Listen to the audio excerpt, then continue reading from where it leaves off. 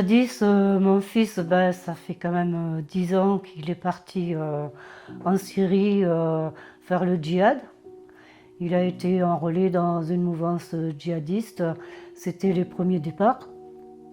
Donc bon, personne n'était au courant de départ de jeunes en zone de guerre, en Syrie ou en Irak.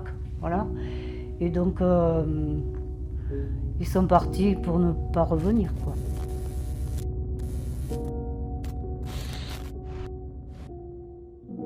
Aujourd'hui, pour Jadis, on a rencontré Dominique.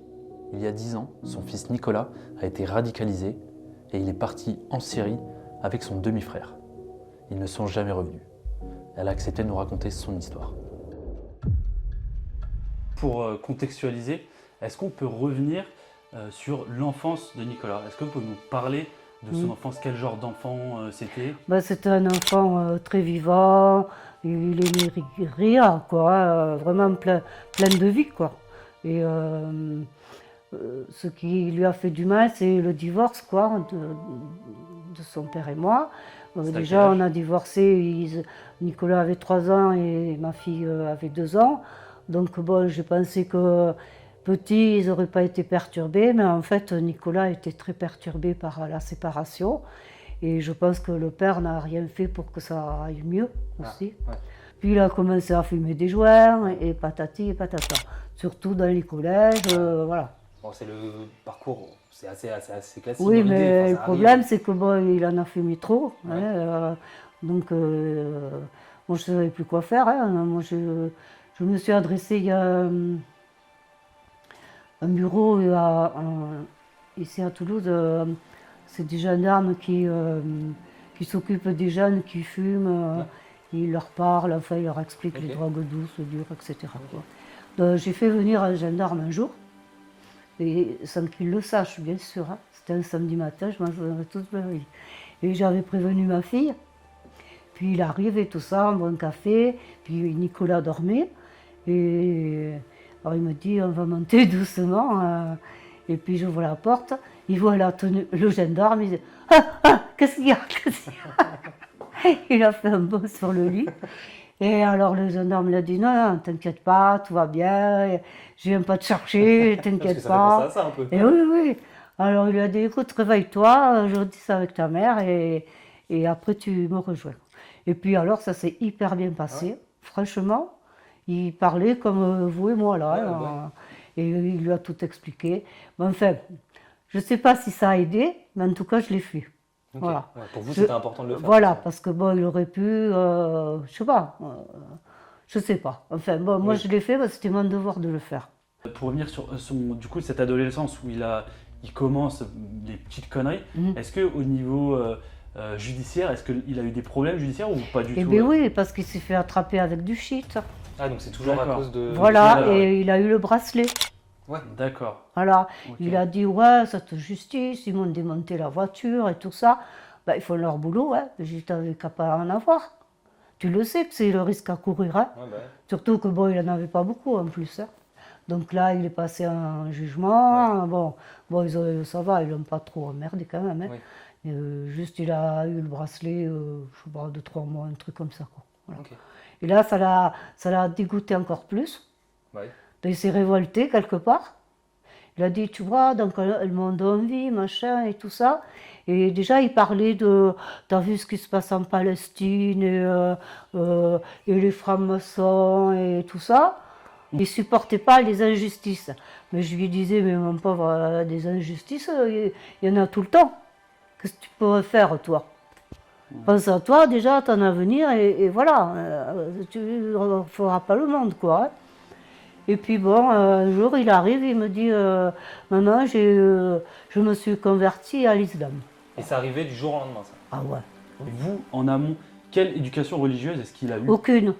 Aucune. Moi, je suis athée, j'ai dit, bon, ils ont été baptisés parce que, bon, on a la famille, gna, gna, gna. Mais moi, ils n'auraient même pas baptisé, quoi. J'ai dit, bon, moi, je ne le fais pas. Maintenant, si un jour, eux, ils veulent, pourquoi pas? Hein, il faudra ce qu'ils voudront. Et bon, moi, ça m'a choqué la religion de l'islam, parce que, bon, je me suis dit, mais tu sors ça, toi, enfin, la religion de l'islam. C'est vrai que bon, moi en étant athée, les religions, c'est pas mon truc. Donc je suis pas à me renseigner sur l'islam ou je m'en fiche, quoi. D'accord. Voilà.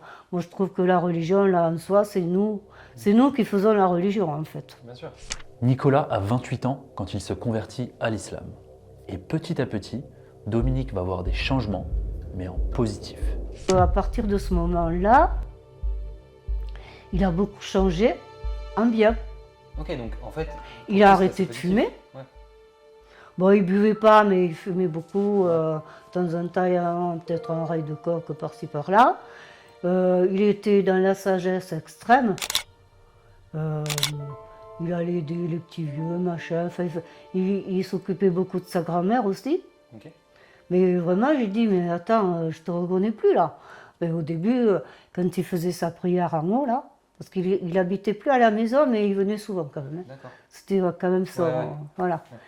Et il me répondait pas. Oh, Nicolas, tu réponds. Parce que je savais, ça m'énervait, quoi. Et il descendait, tout calme. Maintenant, je faisais ma prière. Ah bon? Ah. Alors, moi, je disais, mais c'est dingue, quoi, comme il a changé. Et je lui disais, mais attends, Nicolas, je te reconnais plus. Franchement, tu es dans une sagesse incroyable. Avec le temps, Dominique commence à voir les premiers signes de radicalisation chez son fils. Il a commencé à me tenir des propos biscornus. Maman, si tu crois pas en Dieu, tu n'iras pas au paradis. Oh là, je lui dis, mais qu'est-ce que tu me racontes là? Laisse-moi y aller, après je t'explique. Hein. Ouais, mais comme ça, je lui parlais vraiment. Hein. Et bon, il se taisait, quoi. Et oui, t'as vu Cécile, elle a un décolleté. Mais attends, il fait 35 degrés, elle va pas se mettre un col roulé. Mais arrête tes bêtises là. Et ça, c'est au fur et à mesure Au fur et à mesure. Ouais. où il a basculé un peu dans ce côté Ah, mais il a extrémiste. basculé, parce qu'il avait un lavage de cerveau. Parce que je pense qu'il a dû fréquenter l'émir blanc d'Artigat, là. Lui, c'est l'émir blanc d'Artigat. C'est un Syrien naturalisé en France en 1983. Il est soupçonné d'avoir été le mentor de nombreux djihadistes toulousains, dont un certain Mohamed Merah. Il a souvent été poursuivi et il a été condamné une seule fois à 6 mois de prison avec sursis au lendemain des attentats du 13 novembre 2015. Depuis cette époque, il ne fera plus parler de lui. D'accord. Et vous pensez que ça vient de lui? Mais ça vient de tout ce noyau. Tout son réseau à lui. Parce qu'il y a lui et il y en a d'autres. Donc en fait, c'est surtout, ça se passe surtout aux sorties des mosquées, parce que bon, le vendredi, il allait à la mosquée, la grande, là. Enfin, avant c'était sur un parking, hein, il n'y avait pas de mosquée. Ok. Maintenant, il y en a une qui est très belle, enfin, je sais pas, de loin, elle est bien. Mais lui, il n'a pas connu ça, la mosquée. En mars 2013, Nicolas et son demi-frère décident de partir en Syrie et de combattre auprès de l'EIIL. À ce moment-là, Dominique ne se doute de rien. L'EIIL, l'État islamique en Irak et au Levant, c'est un groupe de djihadistes qui monte en puissance à partir de 2012 et qui va étendre son empire sur le territoire syrien. En 2014, le groupe EIIL va se rebaptiser et devenir l'État islamique. Comment vous réagissez et de quelle manière vous apprenez qu'il est parti en Syrie? Mais en fait, comment ça s'est passé ça? Ils ont prétexté un voyage en Thaïlande, D'accord, donc avec son demi-frère. tous les deux. D'accord. Voilà, ils ont dit tout ça à la famille.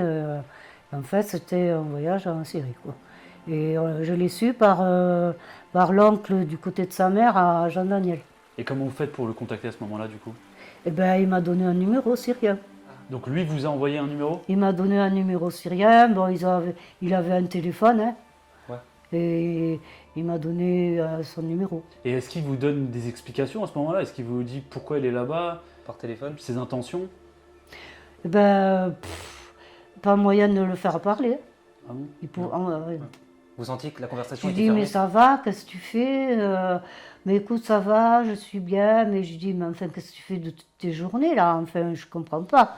Oui, ben écoute, j'aide, je rends service, machin.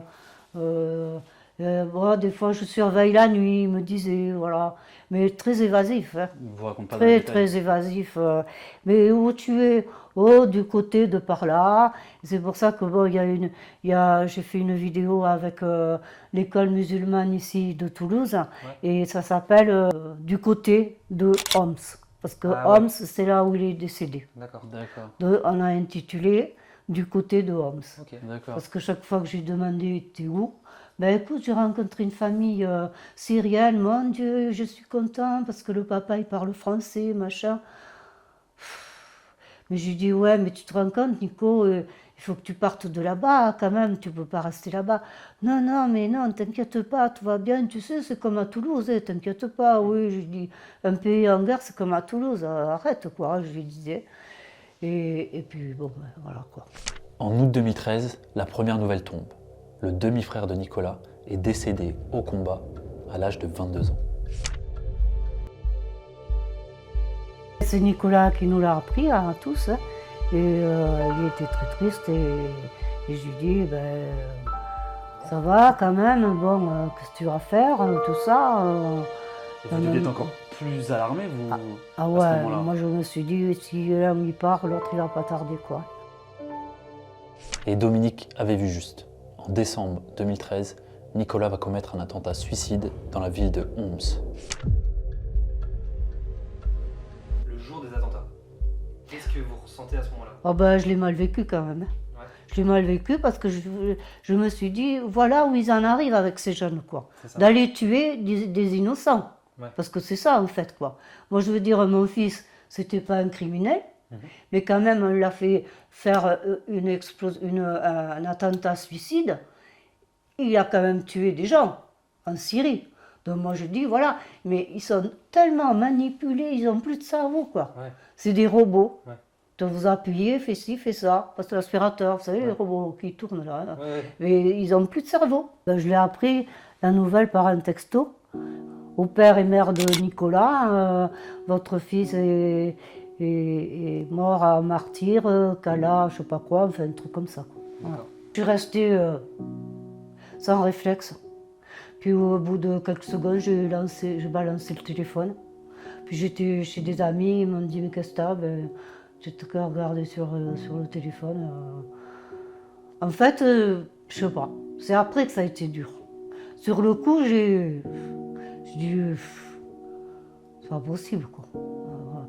Ben, enfin, c'est pas possible, tout en étant possible, je me suis fait.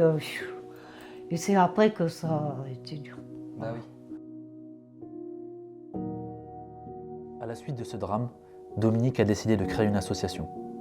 Si rien ne bouge, agissons, qui a pour objectif de lutter contre la radicalisation par des actions de prévention en France et dans les pays victimes de terrorisme. Elle a également pour objectif de soutenir et d'informer les familles souffrant de l'enrôlement de leurs jeunes afin que l'histoire de Dominique ne se reproduise pas. Même si ta présence me manque terriblement, tu es toujours présent dans mes pensées. Tu es là et tu m'accompagnes chaque jour. Le corps n'est qu'une enveloppe et comme tu le disais souvent, l'âme survit dans un autre monde plus sûr et plus serein. Serre-toi-en pour vivre d'autres expériences, tu existeras dans mon cœur éternellement. Je t'aime mon fils.